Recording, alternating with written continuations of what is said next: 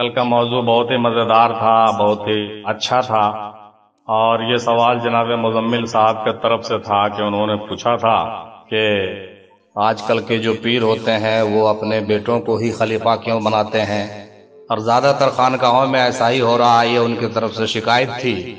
لہذا ہم نے ان کے ساتھ کچھ اور باتوں کو جوڑ کر کے پیش کیا تھا کہ جیسے مرشد کون ہوتا ہے، مرشد کامل کون ہوتا ہے، پیر کون ہوتے ہیں، خلیفہ کون ہوتے ہیں، گدی نشیں اور جانشیں کا جو الگ الگ الفاظ استعمال کیا جاتا ہے کبھی کبھی،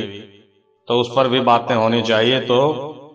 بہت ہی مشکور ممنون آپ لوگوں کا میں ہوں کہ آپ لوگوں نے جو ہے اپنے اپنے ڈھنگ سے ان تمام چیزوں کے بارے میں الگ الگ سوالات کے جوابات بہت تفصیل سے دیے، اور کل سے لے کر کے آج تک ماشاء اللہ تقریباً سینکڑوں لوگوں نے جو ہے اس سے کافی استفادہ کیا۔ میں ان تمام لوگوں کا بہت بہت شکریہ ادا کرتا ہوں کہ اس موضوع پر آپ لوگوں نے اتنی اچھی اچھی معلومات فراہم فرمائی۔ ہمارے علم میں بھی بہت زیادہ اضافہ ہوا، اور ہمارے بھائیوں کے علم میں بھی بہت زیادہ اضافہ ہوا، اور میں سمجھتا ہوں کہ جناب مزمل بھائی کی ساری تشنگی اور ساری جو پریشانی تھی وہ دور ہو گئی ہوگی،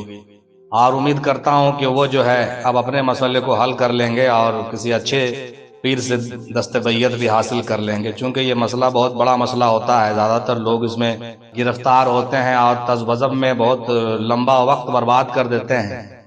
اور ظاہر سی بات ہے برباد کرنا مجبوری ہو جاتا ہے، کیونکہ جب آپ کہیں بیعت ہونے جاتے ہیں اور وہاں کی چیزیں آپ کو سمجھ میں نہیں آتی ہے، اور دینداری کے نام پہ جب دنیا داری چلتا ہے، تو پھر ظاہر سی بات ہے کہ پریشان تو ہونا حق بنتا ہے، لہٰذا ان کی پریشانی واجب تھی۔ لیکن اب رہ گیا کہ ہم لوگوں کو چاہیے کہ بھائی ان تمام چیزوں کو دھیان میں رکھتے ہوئے اپنے منزل و مقصود کی فکر کریں، اور اپنے دل بستگی کے حساب سے جہاں دل لگ جائے، جہاں پر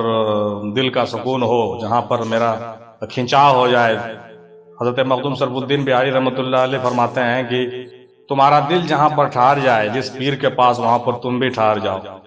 تو زیادہ عقل لگانے سے بھی کوئی فائدہ ہوتا نہیں ہے، اگر آپ پیر کو پرکھنا چاہیں گے تو آپ پرکھ بھی نہیں سکتے، چونکہ آپ کے پاس کوئی تھرمامیٹر نہیں ہے،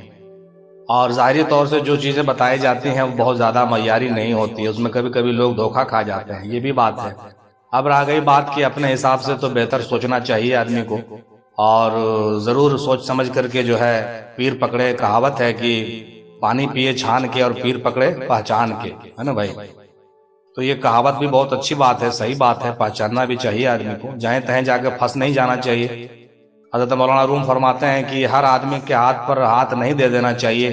کہ بہت سے لوگ انسان کے شکل میں شیطان ہوتے ہیں، انہوں نے مثنوی میں لکھا، تو دیگر تمام کتابوں سے بھی باتیں واضح ہوتی ہے کہ سبھی پیر ایک طرح کے نہیں ہوتے ہیں، اور زیادہ تر آج کے زمانے میں تو بہت زیادہ ڈھونگی ہو گئے ہیں،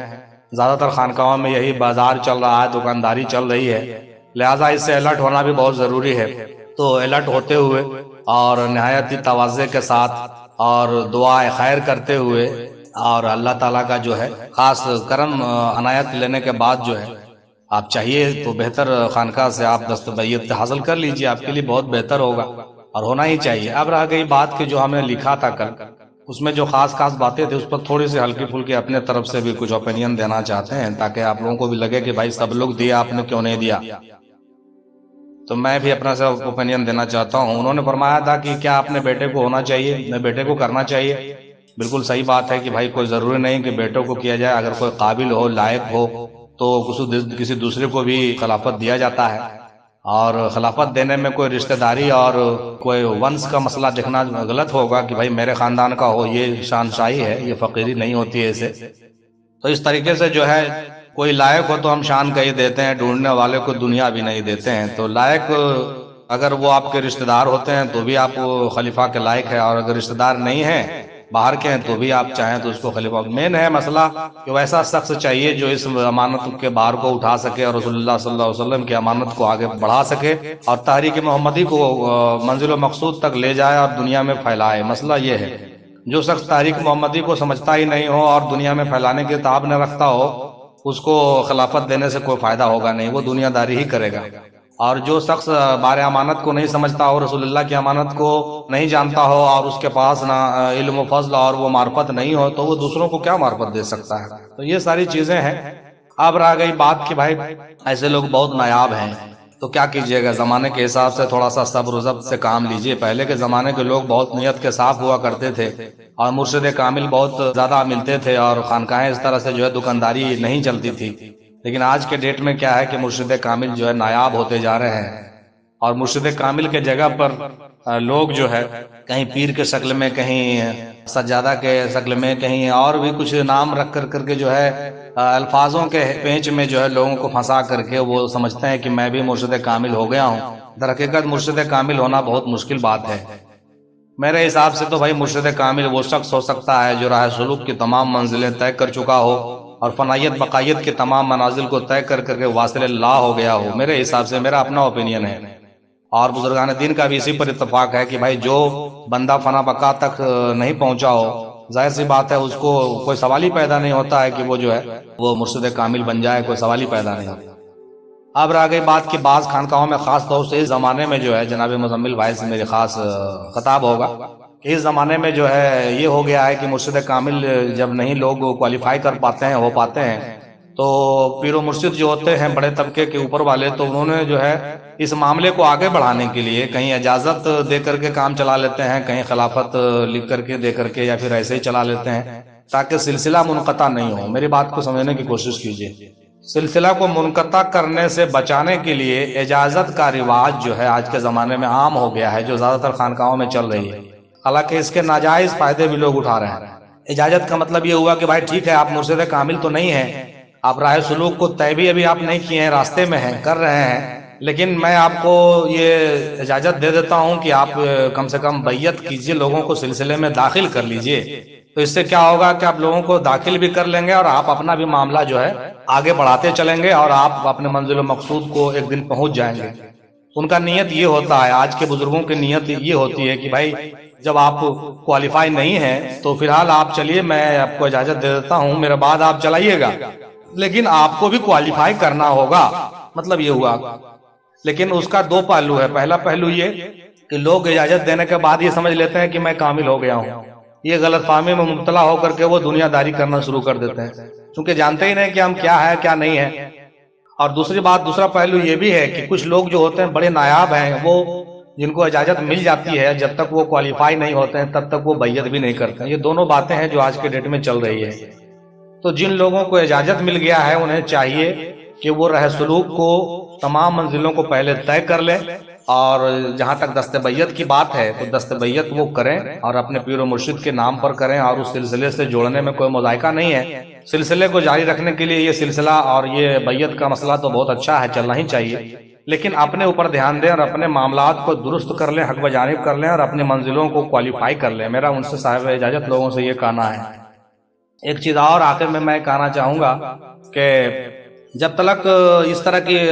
باتوں کو آپ کوالیفائی نہیں کر لیتے ہیں، آپ پوری طرح سے کمپلیٹ نہیں ہو جاتے ہیں، تب تک آپ مرشد کامل ہونے کا دعویٰ نہیں کریں، اور کسی کو یہ نہ کہیں کہ میں ایسا ہو گیا ہوں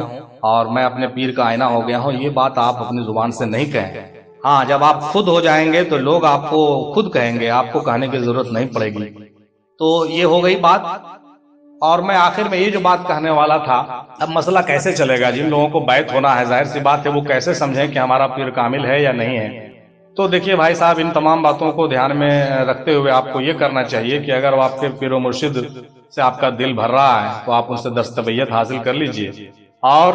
آپ جو ہے اپنے راہ کو چلیے۔ آپ کے پیر و مرشد بھی اپنے راہ پہ کامیاب ہیں، کر رہے ہیں، اگر وہ کوالیفائی نہیں ہے تو کوالیفائی ہو جائیں گے، اور آپ بھی اپنے راہ پر چلیے، اور آپ اپنا جو ہے رخ اس پیر کی طرف کر لیجئے جو اس سلسلے کا بانی ہو، اس سلسلے کا جو بانی ہو، اور جو آپ کے نظر میں لگتا ہو کہ آپ کے شجرے میں جو بہت کامل پیر گزرے ہیں، چاہے وہ جو بھی ہوں، ان سے براہ راست رابطہ کر لیں تو وہ فیوز و برکات آپ پر، میرا یہ ماننا ہے کہ جاری ہو جاتا ہے۔ اور میں اپنے تجربے کے حساب سے میں کہہ رہا ہوں کہ پریکٹیکلی آپ کے اوپر جو ہے وہ فیوز و برکات جاری ہو جائے گا۔ اور آپ جن کے ہاتھ پر دست بیعت ہوئے ہیں، اگر وہ آپ کو کم بھی دھیان دے رہے ہیں اور آپ کو مطمئن نہیں بھی کر رہے ہیں، لیکن آپ کے اندر اگر طلب بہت ہی اچھا ہو تو آپ اس بات کا یقین کر لیں، میری بات کا، کہ آپ کو اس سلسلے سے جو ہے روحانی فیوز و برکات ضرور ملے گا، اور ایک وقت آئے گا کہ آپ اپنے منزل و مقصود کو پا جائیں گے۔ میں نے خود دیکھا ہے، ہمارے سلسلے میں بہت سارے ایسے لوگ ہیں جو ہمارے دادا حضور سرکار میم ہندی رحمۃ اللہ علیہ کو ظاہری طور پر نہیں دیکھے تھے، لیکن آج 25 سال 26 سال 27 سال بیت جانے کے بعد بھی ان کے وصال کے آج ان کو دادا حضور سے زیارت ہوتی ہے، اور روحانیت سے ان کو فیض ملتا ہے، اور ان کو جو ہے اشارے بھی ملتے ہیں، اور ان کے مسائل بھی حل ہوتے ہیں۔ اور میں تو خود اس کا گواہ ہوں کہ میرے سارے معاملات جو ہے اس طرح سے حل ہوئے ہیں کہ ظاہری طور سے شاید بہت مشکل تھا ایسا حل ہو جانا جو باطنی طور سے حل ہو رہا ہے۔ تو آپ لوگوں کو بھی میں یہ کہتا ہوں کہ آپ کی اگر طلب سچی ہو تو کہیں پر ظاہری طور سے بھی آپ کی تربیت ممکن ہے، کہیں پر جو ہے باطنی طور سے بھی آپ کی تربیت ممکن ہے۔ اس قادر مطلق کے لیے کوئی بڑی بات نہیں ہے، وہ کس طرح سے آپ کو رہے سلوک طے کرا دے گا اور منزل و مقصود کو پہنچا دے گا۔ آپ اپنی نیت کو ٹھیک رکھیں، اپنے زاویے کو صحیح رکھیں، اور مرید کامل بننے کی کوشش کریں۔ پیر کامل تو موجود ہے، کچھ تو پردے میں ہے اور کچھ باطنی طور سے بھی زندہ ہیں، روحانیت میں بھی زندہ ہیں، وہ لوگ مرتے نہیں ہیں، وہ لوگ زندہ ہوتے ہیں جناب والا۔ تو ہم لوگ جو ہے اس طریقے سے اگر عقیدت کو بہتر رکھیں، ہمارا عقیدہ اگر بہت عمدہ ہو تو یقیناً ہم کو جو ہے باطنی طور سے فیض و برکات ملیں گے، اور جعلی لوگوں سے بچ کر کے اچھے جگہ سے منسلک ہو کر کے بیعت ہو کر کے ہم لوگ اپنے راستے کو چلیں تو انشاءاللہ تعالی جو ہے ہم لوگ اپنے منزل و مقصود کو پہنچ جائیں گے۔ وآخر دعوانا الحمدللہ رب العالمین برحمتک یا ارحم الراحمین بحق لا الہ الا اللہ محمد الرسول اللہ صلی اللہ تعالی علیہ وسلم۔